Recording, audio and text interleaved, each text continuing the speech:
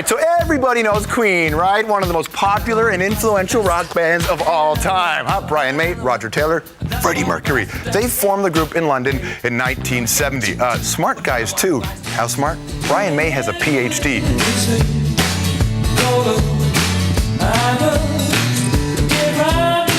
Initially, Queen was dismissed by music critics, especially in the United States. But it wasn't long before frontman Freddie Mercury launched them into stardom.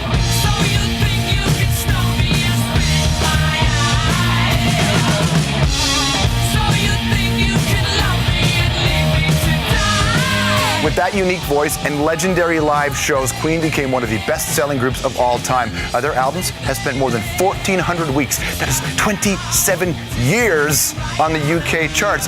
That's more than Beatles. We are the champions, my friends. By the early 90s, Queen drastically scaled back their activity, and rumors began to circulate about Freddie Mercury's health. November 24th, 1991, Freddie Mercury died from complications from AIDS, but his death didn't hurt the band's popularity. Overall, they released over 20 albums and had 18 #1 hits. 18 #1! And in 2001, they were inducted into the Rock and Roll Hall of Fame. Now, Brian May and Roger Taylor are planning to release a brand new Queen record, but this time it'll be Paul Rodgers on vocals. They've also created a stage musical, kind of a comedy, called We Will Rock You. It debuts in Canada in March.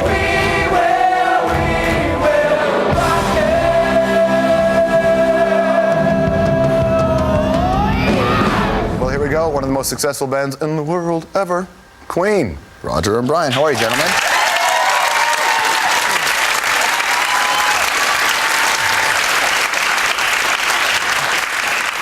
So you're doing Queen We Will Rock You, you're doing it here now. Talk about it. Yeah, it's a new version, an all-Canadian version, which is very exciting. We've got a very young cast and a very young band, as a matter of fact. We've been running in London for nearly 5 years now, so time it came to Canada.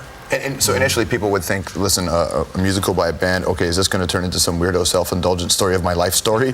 But it's not that. It's actually not very self-indulgent. It takes the mickey out of a lot of people in showbiz, including us, which I think is rather nice. So it's kind of impartial in that sense. And it's not a story about a band, it's a story about kids in the future who live in a world that's been so completely mashed by the media that they're not able to have their own individual thoughts and make their own individual music. So it's about their struggle to find individuality and make music. The whole cast is Canadian, the whole band is Canadian. And you pick people from all over the country, right? Isn't it pretty spread out? From east to west in Canada, yeah. The whole place was trawled, and we found some fantastic talent, just fantastic. How do you get to this point? How do you who comes up with the idea to have a musical like this and to tell this story? Yeah, I mean, musicals are not something that I personally like at all. Normally, it's not my kind of... You're not singing My Fair Lady, you're not doing Pygmalion. I mean, I'm really not thinking about it. It's so far away from that, you know, I can't tell you how far. It's not funny. Yeah, it's just not funny, and it doesn't rock. Yeah, it's a strange situation for us, but we tried to break a lot of rules with it and to make it a true rock and roll musical. Think of the evolution of your band when you started making records and touring and doing what you did, and then now you're touring. You did the Paul Rodgers tour, and now there's this musical. Could you have ever foreseen a time when this would have been what Queen is? What this has become?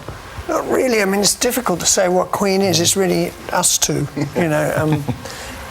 Unfortunately, but circumstances have made it that way. But you know, we're very proud of still, you know, flying under that banner. There is a vibe, you know, since there is a spirit of Queen which somehow we feel locked into. And the great thing about the musical is it's not just some fossilized thing like a representation of us, it's something which lives in a new generation of artists. That's kind of what it's like when Queen tours now. You're picking a band. I guess we do, yeah. We've been touring with the same guys for a while, and they're great, they're friends. And But you said the process of putting other guys together who you knew you had to go on stage with and do these songs of the audience, was that work? Was that hard to do? Actually, it was hard, yeah. I mean, Roger and I often would talk about it, you know, should we do this, should we get someone to sing? And generally, I was very much against it. I mean, Roger needed the money, but... but I was like, you know, I was like, why would we want to replace Freddie? Why would we want to do this? The amazing thing happened that we met Paul Rodgers. I just happened to be on a show concurrently with him, and we did All Right Now together. And there was such an immediate chemistry there. To cut a long story short, I rang Roger and said, look, we never thought of this. How about with Paul Rodgers? Rogers. Paul Rogers is not like Freddie. He actually was the hero of Freddie's, which is great. But he's so different in style. The whole oeuvre, the whole Queen ensemble takes a different life now. So he's a great collaborator. What was that phone call like on your end? I mean, to me it worked because we all love Paul, but he was so from left field because he was just so unlike Freddie in so many ways. He really comes from the blues and from soul, and Freddie comes from Neptune, I think. He's a lot more down to earth, but in a strange way he fitted in beautifully. Probably from Mercury. Yeah, maybe Mercury. Yeah. Very nice. There were people out there who didn't want us to do it. You know, I do a lot of email stuff. I have a website stuff, and people wrote and said, "Oh, how could you possibly do it without Freddie?" And I went, "Well, you know, you'd rather be that we were dead. You know, if we're alive, we're going to play. We're musicians. That's what we do." We'll get into that a little bit more. Queen, when the hour returns.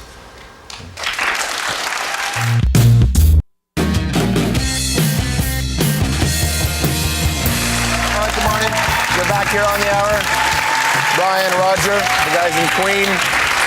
They have the musical going on, but there's a lot more going on with these guys as well. The interesting thing about the Queen concert when I saw you play was the part where you let Freddie Mercury sing. Yeah. On tape, and very important. It is, and it seemed very intentional, and it had to be there. And everybody wondered, how is this going to happen? Yeah.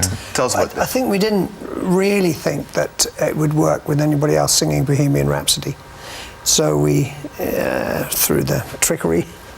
Yeah, it was a nice thing to do. It's a good moment. It was a good moment every night. So the band plays, and as the band is playing, the vocals come in. There's this big video screen, and it's Freddie Mercury singing. And it was Freddie playing piano too. And the strange thing is, it felt like he was there. Yeah. If I didn't look up, I could hear Roger playing to the piano I track. closed my eyes every night. Yeah, It and it was just felt like he was over there, you know.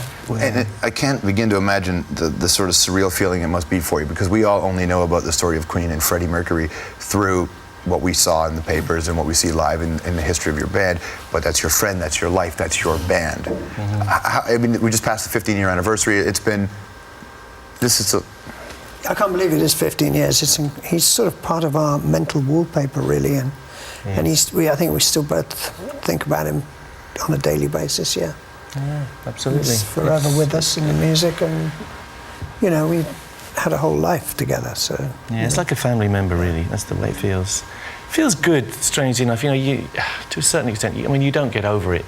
It never becomes nice.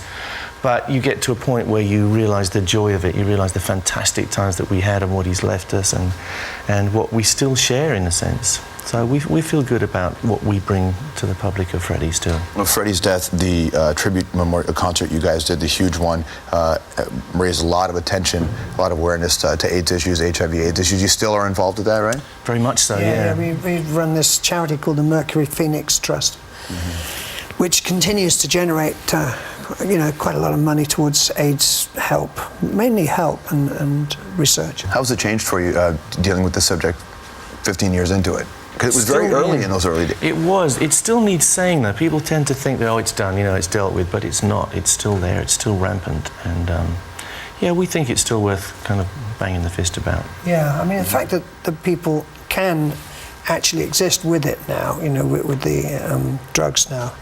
But it's still it's really, you've got to get people before that, you know. And it's not just in Africa, it is here, you know, and it can be one encounter which can give it to you. So you've got to think about that.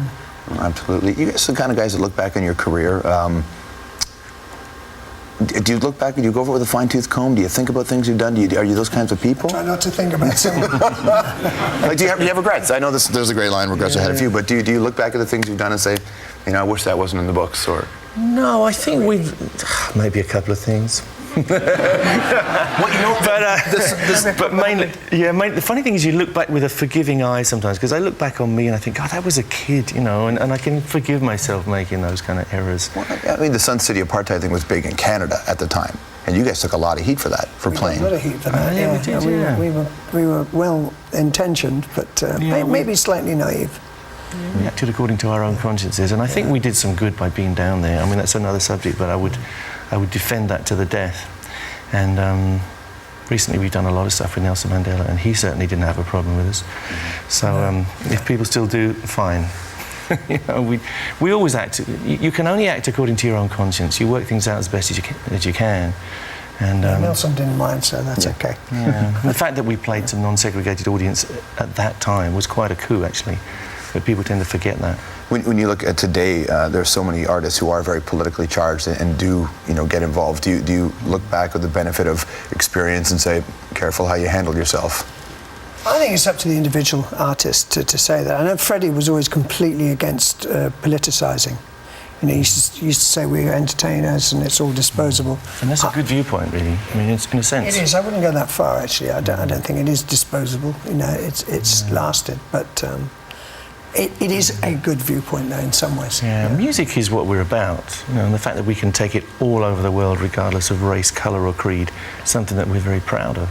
But Roger and I both find as we get older, we get drawn more into the political side. You have to. You start to feel things and you have to make a point.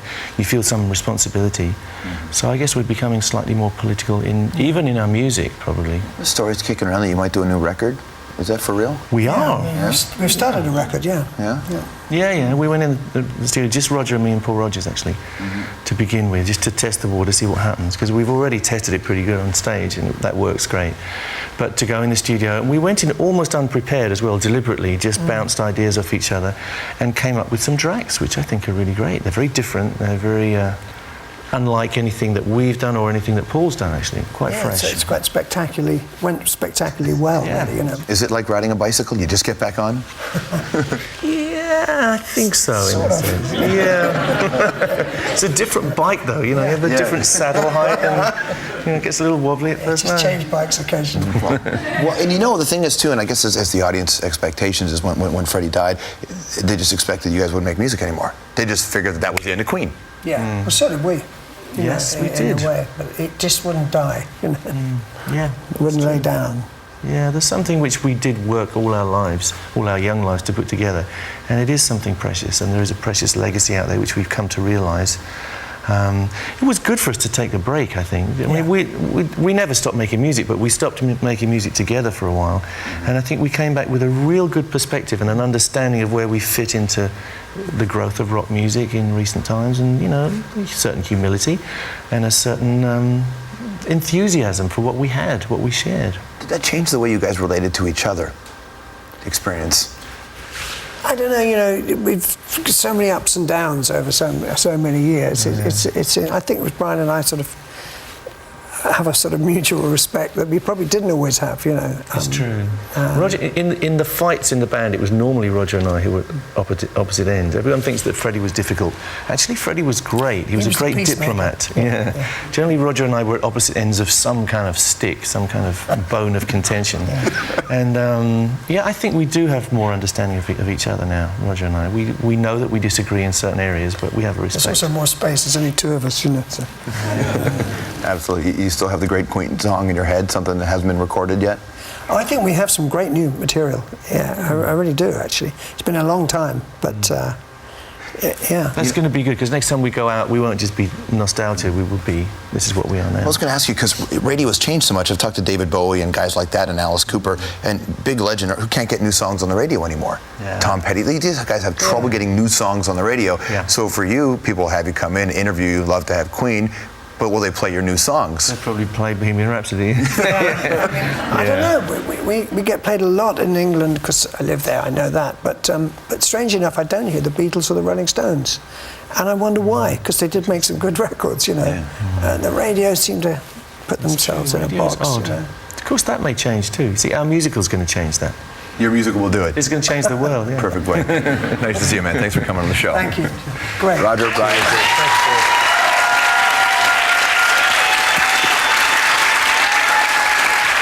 All right, the hour will continue after this. All right, coming up next week, Amy Lee of Evanescence is here. We'll also take Ron McLean to the newsstand, and we'll hook up with Andy Summers, formerly of the